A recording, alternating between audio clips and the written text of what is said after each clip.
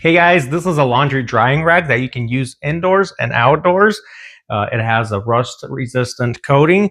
This is a gray color, but it does come in other colors as well. To fold it together, you just put these in, clip in right here, press right over here, and fold it away for storage until the next time you need to use it.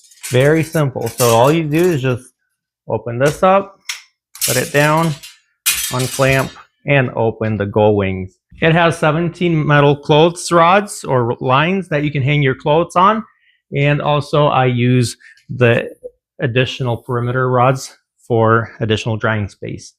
What I like about this rack is that it will accommodate everything from small delicates to bulky linens. It is lightweight and has a smart design, which makes it very easy to unfold for use and fold it away for storage. The drying rack measures about 20 inches by 72 inches and is 40 inches high. This is a great way to reduce your carbon footprint and is also a great and preferred by many way of drying clothes to extend their lifespan.